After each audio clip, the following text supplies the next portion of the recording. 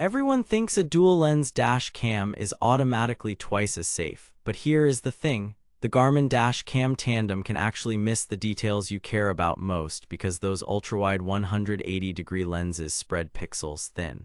Two views do not equal 2 times the evidence if you cannot read a plate when it counts. That headline probably clashes with what you expected from a premium Garmin and a ton of hype. I thought the same.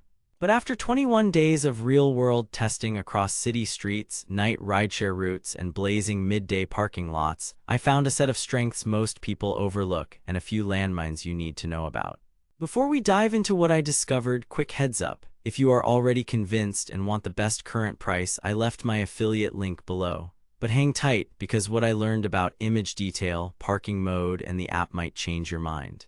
Why did I even grab the Tandem? Simple. I needed front-end interior coverage, a teen driver borrowing the car, occasional late-night airport runs, and a recent hit-and-run in a grocery lot that made my insurance claim a headache. I had tried a budget single-lens cam before. Grainy at night. App was a nightmare. Suction mount kept falling in heat. So when I saw Garmin promising pocket-sized dual 180-degree coverage, 1440p HDR up front, 720p with night glow inside, built-in GPS and voice control, I was hopeful but skeptical. The Amazon rating hovering around 3.6 told me this was not a slam dunk. If it could give me solid plates by day, usable faces inside at night, dependable incident tagging, and a painless app, I was in. If not, back it goes, daylight clarity first. Mounted high behind the mirror, the front 1440p Garmin Clarity HDR looked sharp in sunshine. Street signs, lane markings, bumper-to-bumper context, all crystal. But here is where it gets interesting. That 180-degree field of view is wide. Great for context, not great for plate capture at distance. In my tests, stopped or slow rolling, plates were readable at roughly 2 to 3 car lengths. At 45-55 mph, I could reliably ID a plate when a car cut in close, but farther ahead, detail softened.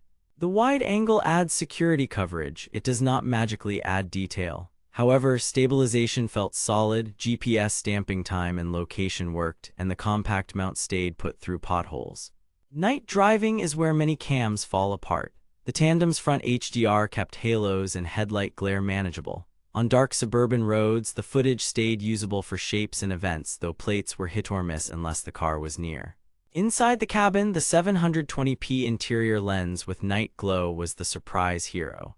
Even with no dome light, faces were clearly visible, hands on the wheel, and passenger movements obvious. The IR illumination did not distract me or my passengers. If you drive rideshare or want to protect yourself from false accusations, that interior detail is gold. App and voice control next.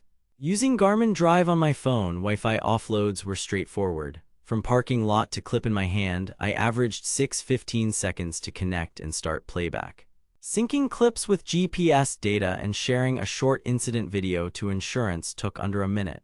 Voice commands to save a video or take a picture worked hands-free about 8 out of 10 times over normal cabin noise. But then, a few quirks. Once or twice the app asked to reconnect Wi-Fi after my phone hopped back to cellular. A firmware update fixed some of that, so do update on day 1. The included microSD makes it truly ready out of the box, and the 12V charger's extra USB port let me keep my phone powered. Parking mode was my make or break. With the optional constant power cable sold separately, the Tandem recorded motion both in front and inside while parked and off. In a weekend test, it caught a classic door ding and the person who did it. But then came the drawback. Wide FOV plus motion detection equals a lot of events. Tree shadows and passing headlights at night triggered a handful of clips. Manageable, but expect to tweak sensitivity. If you do not hardwire, park mode is limited.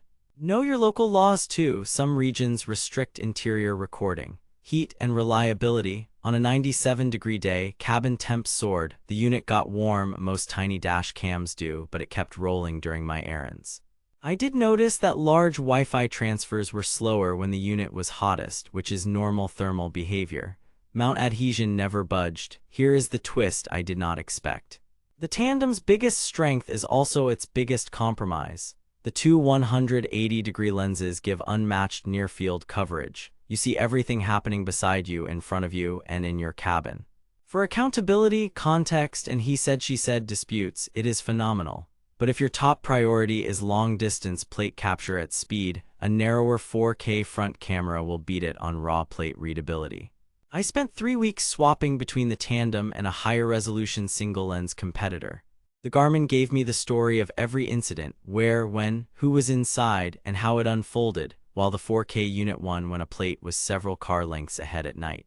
The Garmin Drive app, while not perfect, is more polished than many budget brands, and the auto-sync option to manage up to 4 Garmin cams from one phone is a legit ecosystem perk.